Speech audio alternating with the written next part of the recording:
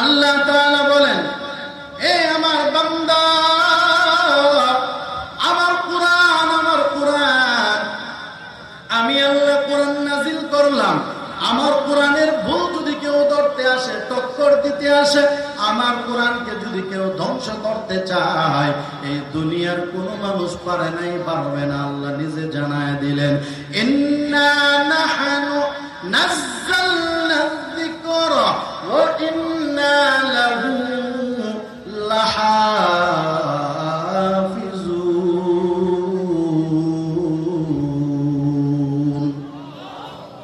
আল্লাহ তাআলা বলে, আমি আল্লাহ কোরআন নাযিল করছি, এই কোরআন হেফাজতের দায়িত্ব আমি আল্লাহর। আল্লাহ তাআলা বলেন, আরে আমার ইমানদার বান্দা, আমার কোরআনকে আমি নাজিল করলাম। কত মানুষ কোরআনের বিরুদ্ধে চ্যালেঞ্জ ছুড়ে দিবে, কিন্তু তারা পারবে না। আমি আল্লাহ গ্যারান্টি দিয়া দিলাম, ডিক্লেয়ার দিয়া দিলাম, ইমানদার বান্দা বান্দি আমরা যারা আছি, আল্লাহ বলে ইমানদারদের দ্বারা আমি আল্লাহ কোরআনটারে হেফাজত করব। এবার আপনারা আওয়াজ দিবেন, এ ফুলবাড়িয়া বাণীর মানুষ, ভালো করে আপনারা বুঝিয়ে নেন, আল্লাহর কোরআনের বিরুদ্ধে আপনাদের ফুলবাড়িয়াতেও কিছু কিছু কুলাঙ্গার আসেনি? কথা বল না কেন? এই ফুলবাড়িয়ার জমিনেও কোরআনের বিরুদ্ধে কথা বলে, আয়াতের ভিন্ন তর্জমা করে, আবার কোরআনকে তারা ভালোবাসে না, তেলাওয়াত করে না, কোরআনের কিনিয়া মন্তব্য করে। এমন কিছু কুলাঙ্গার বেঈমান আছে না নাই?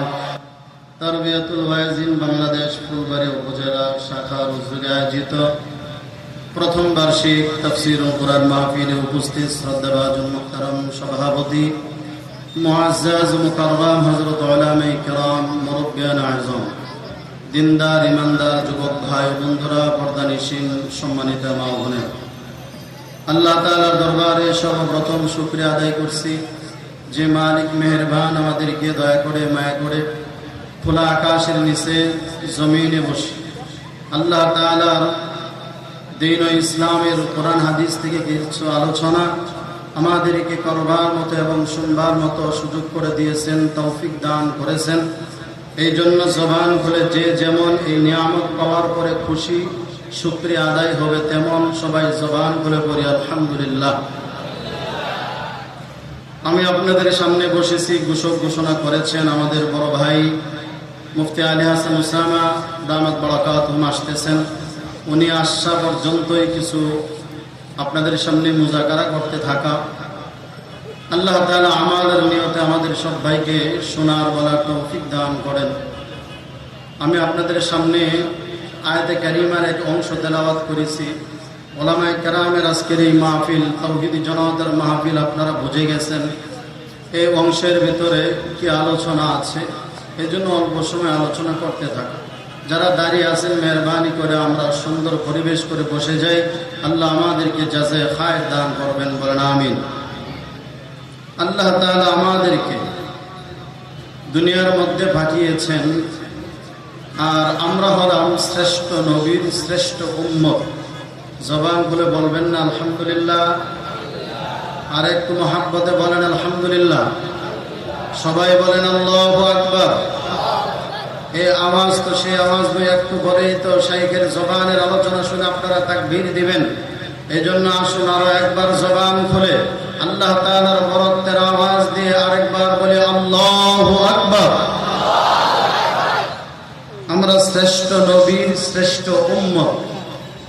নবীজির হাদিসের ভিতরে নবীজি বলেন, আল্লাহ তাআলা আমাকে সমস্ত নবীদের ভিতরে আমি নবীকে শ্রেষ্ঠত্ব দান করেছেন। আর নবীজি বলেন, আমার উম্মতকে অন্য নবীর উম্মতের ভিতরে শ্রেষ্ঠত্ব বানিয়েছেন। আবারও বলেন আলহামদুলিল্লাহ। আমরা শ্রেষ্ঠ নবীর শ্রেষ্ঠ উম্মত। যদি আমাদের জন্ম আখিরি জামানার নবীর উম্মতের সময়ে না হতো, তাহলে আমরা শ্রেষ্ঠ নবীর শ্রেষ্ঠ উম্মত হতে পারতাম না। আল্লাহ তাআলা আমাদেরকে দয়া করে বানিয়েছেন। আপনারা আওয়াজ দিয়ে বলেন তো, আমরা শ্রেষ্ঠ নবীর শ্রেষ্ঠ উম্মত হয়েছি কি আমাদের চেষ্টায়? আওয়াজ দিলেন না যে চেষ্টায়, না আল্লাহর দয়ায়? আওয়াজ দিতে হবে, বলেন কার দয়ায়? আর জবান খুলে বলেন জন্য ভাইরা আমার খুব ভালো করে বুঝবেন আপনারা, আল্লাহ তাআলা আমাদেরকে শ্রেষ্ঠ নবী শ্রেষ্ঠ উম্মত বানিয়েছেন। এটা আমাদের কোনো চেষ্টা না, এটা আমাদের কোনো পাওয়ার না। আল্লাহ তাআলা বড় দয়া করে, আল্লাহ বড় মায়া করে আমাদেরকে শ্রেষ্ঠ নবীর শ্রেষ্ঠ উম্মত বানিয়েছেন। আল্লাহ তাআলা যদি চাইতেন আদম নবীর যুগে আমাদেরকে জন্ম দিতে পারতেন, কিন্তু আমরা শ্রেষ্ঠ নবীর শ্রেষ্ঠ উম্মত হতে পারতাম না। আল্লাহ যদি চাইতেন মুসা নবীর জমানায় জন্ম দিতে পারতেন, তখন আমরা শ্রেষ্ঠ নবীর শ্রেষ্ঠ উম্মত হতে পারতাম না। আল্লাহ তাআলা যদি চাইতেন অন্য যে কোনো নবীর জমানায় আমাদেরকে জন্ম দিতে পারতেন, কিন্তু আমরা শ্রেষ্ঠ নবীর শ্রেষ্ঠ উম্মত হতে পারতাম না। আল্লাহ তাআলা মায়া করে দয়া করে আখিরে জামানার পয়গম্বরের সময় জন্ম দিলেন, আর আমাদেরকে শ্রেষ্ঠ নবীর শ্রেষ্ঠ উম্মত বানাইলেন। এই জন্য বলেন না আলহামদুলিল্লাহ। এরে মুমিন আল্লাহর গোলাম, আমি আপনাদেরকে অনুরোধ করে বলবো, শ্রেষ্ঠ নবীর শ্রেষ্ঠ উম্মতের কেমন পাওয়ার। আল্লাহর নবী বলেন আমার এই উম্মতরা এত দামি, শুধু দুনিয়ার জমিনেই দামি না, দুনিয়ার জমিনেও যেমন আমার উম্মত শ্রেষ্ঠ, পরকালের ময়দানেও আমার উম্মত হবে শ্রেষ্ঠ। এখানেও যেমন মর্যাদার কাতারে সবার আগে, আল্লাহর নবী বলে আখিরাতের ময়দানেও হবে আগে। সুবহানাল্লাহ। ভাইরা শুনেন, আল্লাহর নবী বলেন আমার এই উম্মতরা পরকালের ময়দানে হাসরের মাঠ যখন মিজানের পাল্লায় আমলগুলো ওজন করা হবে, হিসাব যখন মালিক নেবেন, আল্লাহর নবী বলে আমার উম্মতরা সবার আগে হিসাব দিতে পারবে। কোন সুবহানাল্লাহ। কত কত দুনিয়ার মানুষ সবাই লাইনে দাঁড়ায় থাকবে, আফসোস কি জানি হয় আমার হিসাব, কখন জানি আমার হিসাব শুরু হয়। আল্লাহর নবী বলে আমার উম্মতের হিসাব আগে শুরু হয়ে যাবে। শুধুই হিসাব আগে শুরু হবে না, আল্লাহর নবী বলে আমার শ্রেষ্ঠ উম্মতেরা সবার আগে ফুলসিরাত পাড়ি দিয়ে পার হয়ে যাবে। আওয়াজ দিয়ে বলেন না আল্লাহু আকবার। আল্লাহর নবী এবার বলেন আমার শ্রেষ্ঠ উম্মত শুধু দুনিয়ার জমিনেই শ্রেষ্ঠ হবে তা না, পরকালের ময়দানে এবং দাপে দাপে তারা শ্রেষ্ঠত্ব অর্জন করবে। ফুলসিরাত পার হয়ে জান্নাতে ঢুকা রাখবে। নবী আমার বলেন অন্য নবীরা পর্যন্ত লাইনে দাঁড়ায় থাকবে, আমি নবী আগে জান্নাতে ঢুকবো, এরপরে আমার উম্মতেরা ঢুকবে, আর পরে অন্য নবী আর তার উম্মতেরা ঢুকবে। এখানেও আমরা হবে শ্রেষ্ঠ, আমাদের কৃতিত্ব হবে সবার আগে। মহাব্বত ভিতরে থাকলে আল্লাহ নবীর শ্রেষ্ঠ, নবীর শ্রেষ্ঠ উম্মত আমরা। আওয়াজ দিয়া বলেন না সুবহানাল্লাহ। আপনারা যারা দাঁড়ায় আছেন, বসার জায়গা আছে তো ভাই, একটু মেহরবানি করে যদি একটু তশকিল করেন আমাদের তারবিয়ার সম্মানিত সদস্যবৃন্দ, মেহরবানি করে বসিয়ে দিলে মজলিসটা সুন্দর হবে। আপনাদের সমস্যা হচ্ছে? যারা বসা আছেন আপনাদের সমস্যা হচ্ছে? আলহামদুলিল্লাহ, আল্লাহ আমাদের কবুল করেন, বলেন আমিন। ভাইরা আমি আগেই বলেছি লম্বা করতে চাই না, আমাদের ভাই আসবে বুক ভরা কলিজা কলিজা ভরা একটা সিনা নিয়ে বয়ান করবে। এই আশায় রৌদ্রের ভিতরে আসর থেকে আমরা বসা, আমরা হযরতের বয়ান শুনবো, ঠিক কিনা জোরে বলে। আমি আপনাদের সামনে যে কথাটুকু বলতে চাই, আল্লাহ তাআলার নবী বলেন এইভাবে আমার উম্মত এরা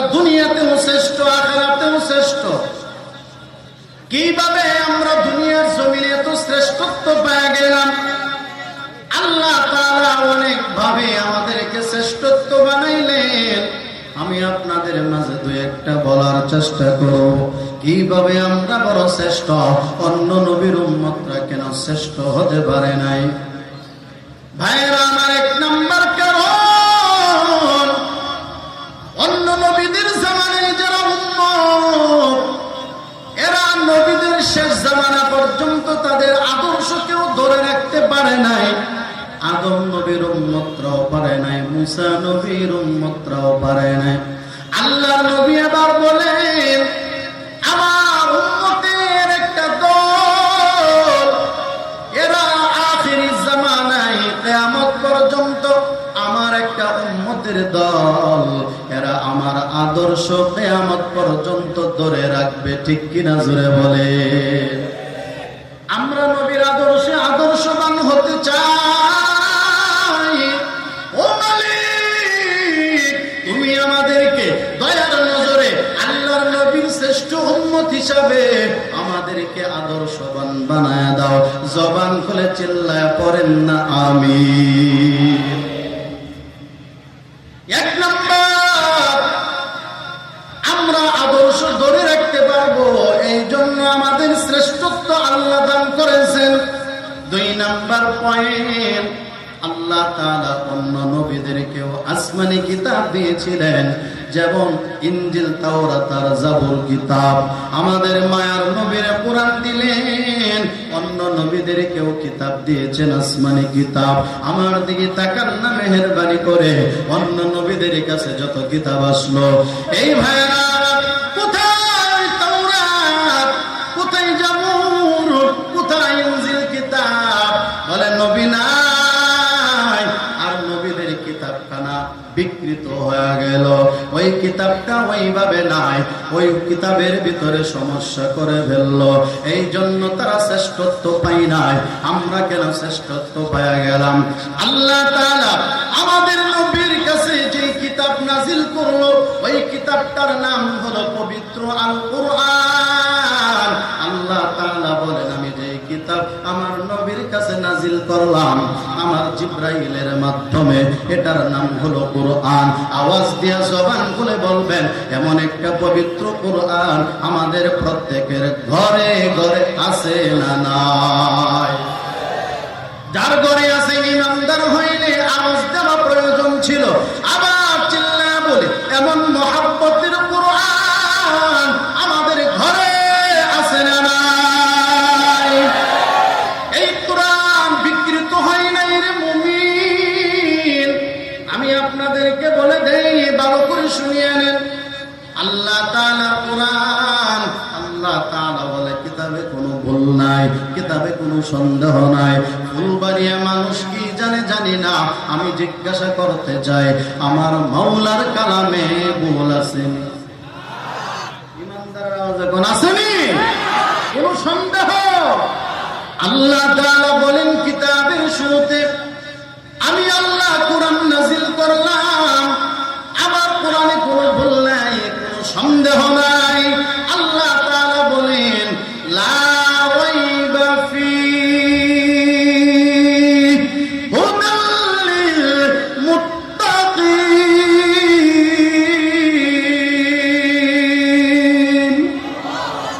আল্লাহ তাআলা বলেন, আমার কিতাবের ভিতরে কোনো সন্দেহ নাই, কোনো ভুল নাই। আমি আপনাদেরকে বলতে চাই, ছোট্ট একটা ঘটনা আপনাদেরকে শোনায় দেই। হে ভাইরা, কত খ্রিস্টান, কত বেঈমান, কত কাফের আল্লাহর কোরআনে ভুল ধরার জন্য পাগল, কত চেষ্টা চালাইলো। আমি আপনাদেরকে একজনের কথা বলি, নাম হলো ডক্টর মরিস বুকাইলি। এত বড় একজন গবেষক ডক্টর মরিস বুকাইলি চিন্তা করে দেখলো, অন্য কিতাব তো বিকৃত হয়ে গেল, আমি আবার দেখবো আল্লাহর কোরআনের ভিতরে কোনো ভুল আছে নাকি, চেষ্টা করে দেখবো। আল্লাহর কোরআনে যদি কোনো ভুল পাওয়া যায়, তাহলে তো ইসলামের 12টা বাজায় দেব। নাউযুবিল্লাহ। ডক্টর মরিস বুকাইলি চ্যালেঞ্জের মোকাবেলায় লেগে গেল, কিন্তু তিনি তো আরবি পারে না। তিনি আরবি না পারলে কেমনে ভুল ধরবেন? সৌদি আরবের বাদশার কাছে আবেদন করে ফেলল, ও সৌদি সরকার,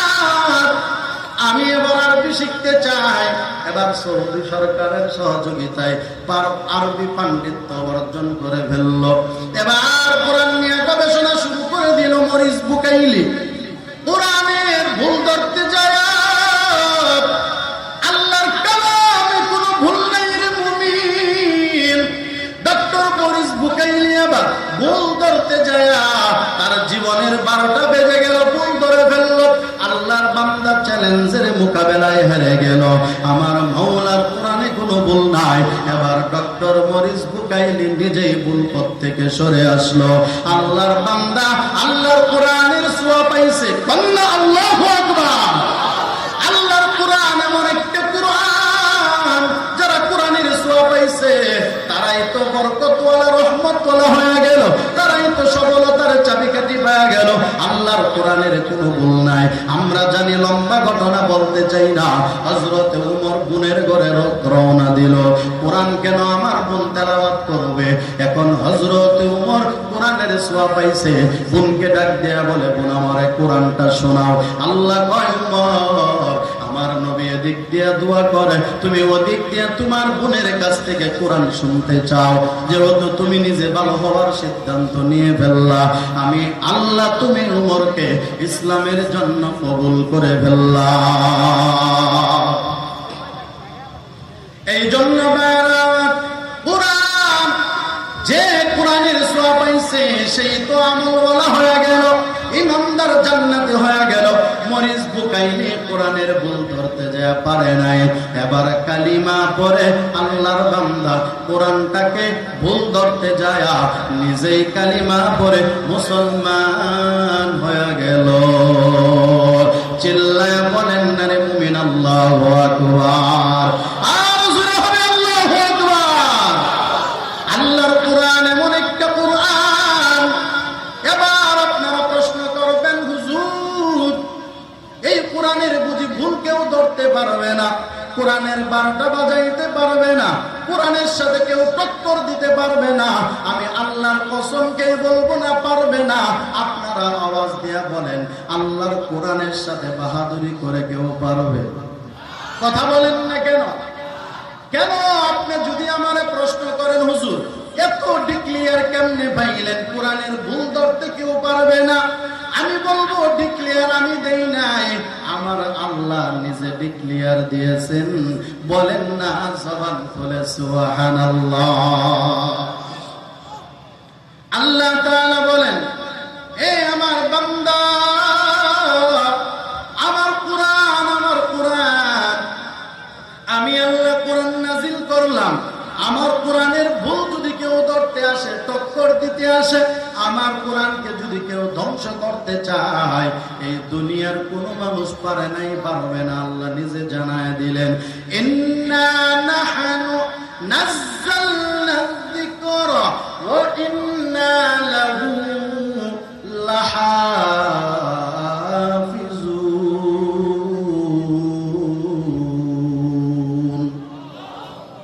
আল্লাহ তাআলা বলে, আমি আল্লাহ কোরআন নাযিল করছি, এই কোরআন হেফাজতের দায়িত্ব আমি আল্লাহর। আল্লাহ তাআলা বলেন, এরে আমার ইমানদার বান্দা, আমার কোরআনকে আমি নাজিল করলাম। কত মানুষ কোরআনের বিরুদ্ধে চ্যালেঞ্জ ছুড়ে দিবে, কিন্তু তারা পারবে না। আমি আল্লাহ গ্যারান্টি দিয়া দিলাম, ডিক্লেয়ার দিয়া দিলাম, ইমানদার বান্দা বান্দি আমরা যারা আছি, আল্লাহ বলে ইমানদারদের দ্বারা আমি আল্লাহ কোরআনটারে হেফাজত করব। এবার আপনারা আওয়াজ দিবেন, এ ফুলবাড়িয়া বাণীর মানুষ, ভালো করে আপনারা বুঝিয়ে নেন, আল্লাহর কোরআনের বিরুদ্ধে আপনাদের ফুলবাড়িয়াতেও কিছু কিছু কুলাঙ্গার আসেনি? কথা বল না কেন? এই ফুলবাড়িয়ার জমিনেও কোরআনের বিরুদ্ধে কথা বলে, আয়াতের ভিন্ন তর্জমা করে, আবার কোরআনকে তারা ভালোবাসে না, তেলাওয়াত করে না, কোরআনের কিনিয়া মন্তব্য করে। এমন কিছু কুলাঙ্গার বেঈমান আছে না নাই? আমরা বলবো, আল্লাহ যেহেতু বললেন হেফাজত করবে আল্লাহর কোরআন, অতএব মুমিন, তোমার সিনায় কোনো ভয় নাই, তোমার সিনার ভিতরে ভয় থাকতে পারে না।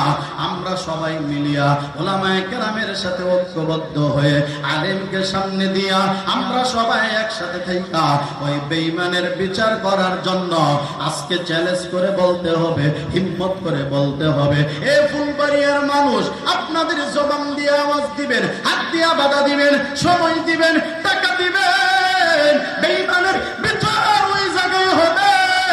আপনারা রাজি আছেন না নাই? কারা কারা রাজি? নারে তাকবীর। তাহলে ভাইয়ারা আমার, আজকে থেকে মনে রাখবেন, কোরআন আল্লাহ বলেন আমি নাজিল করেছি, এটার হেফাজত আমি করব তোমার দ্বারা, আলেম তোমার দ্বারা, ইমানদার তোমার দ্বারা। অতএব বেঈমান যদি চোখ রাঙ্গাইয়া কথা বলে, ফুলবাড়ির জমিনে এমন ইমানদারের অভাব নাই, ওই চোখটা উপড়ে ফেলবে। ভালো করে বুঝিয়ে নেন, কান খুলে শুনিয়ে নেন, এমন হিম্মতওয়ালা আল্লাহ আমাদেরকে বানায়া দেন। বলেন আমিন। আর জোরে হবে বলেন আমিন। ভাইরা আমার, আমি যেই কথাগুলো বলতে চাই, আল্লাহ তাআলা বলেন আমার নবীর শ্রেষ্ঠ উম্মত তোমাদেরকে বানাইলাম, দুনিয়াতেও সম্মান, আখিরাতেও তোমাদের ইজ্জতের অভাব নাই। এই কোরআন আল্লাহ দান করলেন, এরকম বহুভাবে আল্লাহ তাআলা আমাদেরকে শ্রেষ্ঠত্ব বানাইলেন। আল্লাহর কাছে আবার শুকরিয়া আদায় করে বলি আলহামদুলিল্লাহ। জোরে বলেন আলহামদুলিল্লাহ। এ ভাইরা আমার, এবার শুনেন, আমি আপনাদের মাঝে যেই কথাটা বলতে চাই, আজকের এই মাহফিলে বহু উলামায়ে কেরাম আসবেন, ওনারা বয়ান করবেন, আপনারা জবান খুলে তারা বয়ান করবে, আপনারা দিল খুলে শুনবেন। দেয়া অবশ্যই আপনারা চামড়ার কানে শুনবেন না, দিলের কানে শুনবেন, দিলে ফিট করবেন। এখান থেকে আপনারা অনেক কিছু পাবেন, এরপরে এইভাবে আমল করার চেষ্টা করবেন। আমি যেই কথাগুলো বলতে চাই, আমি সিরাতুন নবী এবং মিলাদুন নবী নিয়ে আলোচনা করতেছি। এ ভাইরা আমার, আল্লাহ তাআলা বলেন লাকাদ কানা লাকুম ফি রাসূলিল্লাহি উসওয়াতুন হাসানাহ, তোমাদের জন্য রয়েছে আল্লাহর নবীর মাঝে উত্তম আদর্শ। অতএব ভাইরা আমার, আমাদের যদি আদর্শ না থাকে তাহলে নবীর উম্মত বলে দাবি করব কেমনে আমরা? অতএব ভাইরা আমার, আমাদের আদর্শ বড় প্রয়োজন। আদর্শওয়ালা উম্মত আল্লাহ বানায়া দেন, চিল্লায়া বলেন আমিন। এ ভাইরা আমার, ওই তো কয়েকদিন আগে আমরা 12ই রবিউল আউয়ালে দেখলাম কিছু ভণ্ড, কিছু বেদাতি, কিছু গাঁজাখোর 12ই রবিউল আউয়ালে মিলাদুন নবী পালন করেছে। এই দুনিয়ার জমিনে কোন বাপের বেটার এমন ক্ষমতা নাই আল্লাহর নবীর মিলাদকে পালন করবে, কারণ মিলাদুন নবী পালন করার বিষয় না। এই জন্য বলতেছি, কোন বাপের বেটা পারবে না। যারা পালন করলো এরাই হলো সমাজের ভিতরে ফিতনা সৃষ্টিকারী। ঠিক কিনা বলে বলে? এরাই হলো ফিতনা সৃষ্টিকারী, যারা মিলাদুন নবী পালন করে। আমি আপনাদেরকে বলতে চাই, আল্লাহর নবীর সিরাত নেয়া যদি না জানি, মিলাদ নেয়া যদি না জানি, আমরা দাবে দাবে ভুল করব। এই জন্য আমাদের সঠিকটা জানতে হবে। মিলাদুন নবী মানে নবীর জন্ম মুবারক, সিরাতুন নবী মানে নবীজির জীবন আদর্শ। এবার আমার সাথে আওয়াজ দিয়া বলেন, আমার মায়ার নবীর জীবন আদর্শ একদিনের নাকি 63 বছরের? নবী আমার দুনিয়ার জমিনে একদিন না, 63 বছর নবী আমার দুনিয়ার জমিনে ছিলেন। আর নবী আমার জন্ম নিয়েছেন একদিন। এবার ভালো করে শুনিয়ে নেন, ঈদে মিলাদুন নবী যারা বলে, নবীর জন্ম মোবারক যারা পালন করে, কেমনে পালন করে জানেন নি? আরে বদমাইশের দলেরা, বেয়াদবের দলেরা, তোমরা তো নবীর আদর্শ উম্মত না, তোমরা হলা বেদাত সৃষ্টিকারী। তোমরা বলো আশিক রাসূল, আমরা বলবো আশিক রাসূল। এটা বললে হয় না, এটা 3.5 হাত বডির ভিতরে আমল করে করে দেখাইতে হয়। যারা বলে তারা নবীর উম্মত, আশিক রাসূল, এদের গালের ভিতরে দাড়ি নাই, মাথার ভিতরে সুন্নতের টুপি নাই। এরা 12ই রবিউল আউয়ালে দেখলাম, এরা যখন মিছিল বের করে জশ্নে জুলুস, এদের মাথার মধ্যে কাগজের টুপি দেওয়া। আমি বল, আপনাদের কষ্ট হচ্ছে? হুজুর আসতেছেন, আমার বললো আরেকটু চালাইতে, কোনো অসুবিধা? পিছনের বাইরে সমস্যা? তাহলে এই মানুষগুলো আপনারা বসলে আল্লাহর হস্তে কৃতজ্ঞতা আদায় করতে হবে। আপনারা জায়গায় বসে যান, দাঁড়ায় থাকার ভিতরে কষ্ট আছে, পরিবেশ নষ্ট। আল্লাহর হস্তে আপনাদেরকে বলতেছি, দিনের জন্য বলতেছি, মজলিসের সৌন্দর্য রক্ষার্থে বলতেছি। বা আদব বা নসিব, বে আদব বে নসিব। মজলিসের আদব আছে, আল্লাহ আমাদেরকে আদব ওলা জিন্দেগি বানায় দেন, বলেন আমিন। জোরে বলতে হবে, বলেন আমিন। ভাইয়েরা আমার, হয়তো বা লম্বা সময় আর দিতে পারবো না, তারপর আপনাদেরকে একটু শোনায় যায়। দিকে তাকান, কত আশিক রাসূল দেখলাম, মুখে দাড়ি রাখবে তো দূরের কথা, মাথায় টুপি দিবে তো দূরের কথা, লম্বা জামা পরবে তো দূরের কথা, একেবারে 3.5 হাত বডির ভিতরেই কোনো কাপড় নাই। যেমনি দুনিয়াতে আসছে তেমনি আছে, ঠিক কিনা? জোরে কর, এই কথা কই না কা? কিরে বন্ধ, তোর কাপড় কোথায়? বলে আল্লাহ যে দুনিয়াতে পাঠাইছে কাপড় ছাড়া। আল্লাহর চেয়ে বেশি ভালো বুঝিনি, নাউজুবিল্লাহ। দুনিয়াতে আসছি কাপড় ছাড়া, এখন কাপড় পরবো কেমনে? আমাদের এক মুরব্বী বলেছিলেন, মনে কিছু নিয়েন না, বলে যদি কাপড় ছাড়া দুনিয়াতে আসার কারণে যুক্তি দাও, তুমি কাপড় পরো না, উলঙ্গ থাকো। এবার মুরব্বী ডাক দেয়া বলে, হে মুরিদ, আমার একটা ইট নিয়ে আয়। ইটা বুঝেন তো আপনারা? হুজুর, ইটা দিয়ে কি করবেন? বলে বন্ধু, তুমি যখন দুনিয়াতে আসছো তখন তোমার বয়স ছিল কম, একদিনের। এখন তুমি এত বড় হয়ে গেলা, এখন তোমার মাথাটাও বড়, তোমার বডিটাও বড়, তোমার আরো কিছু বড়। আগে তো এত বড় কিছু ছিল না, এই জন্য একদিনের মতো উদাহরণ দাও। এই জন্য এটার দ্বারা তোমার সবকিছু ভেঙ্গে চুরে তোমার ছোট বানায় দেব, ঠিক কিনা? জোরে বলেন মিয়া। এই জন্য তারা ভণ্ডের মতো কথা বলে, ঈমান নষ্ট করার কথা বলে। ওই তো 12ই রবিউল আউয়ালে তারা মিলাদুন নবী পালন করে আর বলে মায়ার নবীর বড় আশিক তারা। আমি বলতে চাই, আল্লাহর নবী যেদিন দুনিয়ার জমিনে আসছেন, এই জন্য নবী বলেন আমি সোমবার দিন রোজা রাখতাম। সাহাবীরা প্রশ্ন করে, মায়ার নবী গো, আপনি কেন সোমবার দিন রোজা রাখেন? আল্লাহর নবী জবাব দেয়, ও সাহাবায়ে কেরাম, ভালো করে শুনিয়ে নাও, আমার আল্লাহ, আমার মাওলা আমার দয়া করে সোমবার দিন দুনিয়াতে পাঠাইছে। আমি আল্লাহর শুকরিয়া আদায় করি, এই জন্য রোজা রাখি। আর আমরা মিলাদুন নবী আসলে আমরা গরু জবাই করে, জিলাপির দোকান খালি করে, আমরা মিষ্টি বিতরণ করি, আবার শিরনি পোলাও খাই। লজ্জা লাগে না রে মুমিন? আল্লাহর নবী বলে আমি রোজা রাখি আর তোমরা এগুলো খাও। এই জন্যই বলি, এরা অবশ্যই স্বার্থবাজ, এরা ফিতনাবাজ, এরা নবীর ঘাটে আশিক না, এরাই হলো নবীর 1 নম্বরের আশিক নামের বাটপার। চিল্লায় বলো ঠিক কিনা? নবীর আশিক কে ছিল? বলে হানজালা। নবীর আশিক কে ছিল? নবীর আশিক হযরত উমর, নবীর আশিক আবু হুরায়রা। মায়ার নবীর সাহাবীরা নবীর খাটে আশিক ছিল। আল্লাহর নবীর কত আশিক জানো নি? আল্লাহর নবীরে দেখলে ক্ষুধা নিবারণ। আর নবী যেদিন রোজা রাখে জন্মের দিনে, তারা সেদিন খানা খায়, আনন্দ উল্লাস করে, লজ্জা লাগে না। এই জন্য ভাইরা আমার, ঈদে মিলাদুন নবী এটা পালন করার বিষয় না। আমার দিকে তাকান না, সিরাতুন নবী কাকে বলে? সিরাতুন নবী, নবীর জীবন ইতিহাস আদর্শ 63 বছরের। অতএব ভাইরা আমার, নবীর জীবন আদর্শ এটা পালন করার বিষয়, আলোচনা করার বিষয়, কিন্তু মিলাদুন নবী পালন করার কোনো বিষয় না।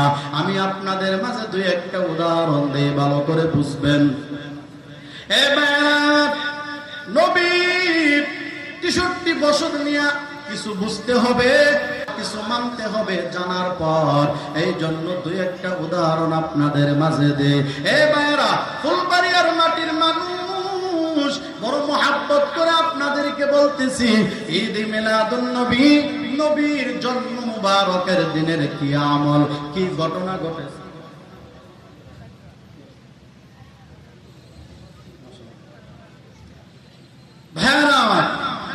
কথাটা বলতেছিলাম, কথা শেষ করে গুছিয়ে শেষ করতেছি। আপনাদের কোনো কষ্ট নাই, কর্তৃপক্ষেরও কোনো ঝামেলা নাই, আর আমি তো এমনি ছোট মানুষ। আপনাদের ফুলবাড়িয়াতে বহু আশা হয়, শুধু দোয়ার জন্য এখানে বসা।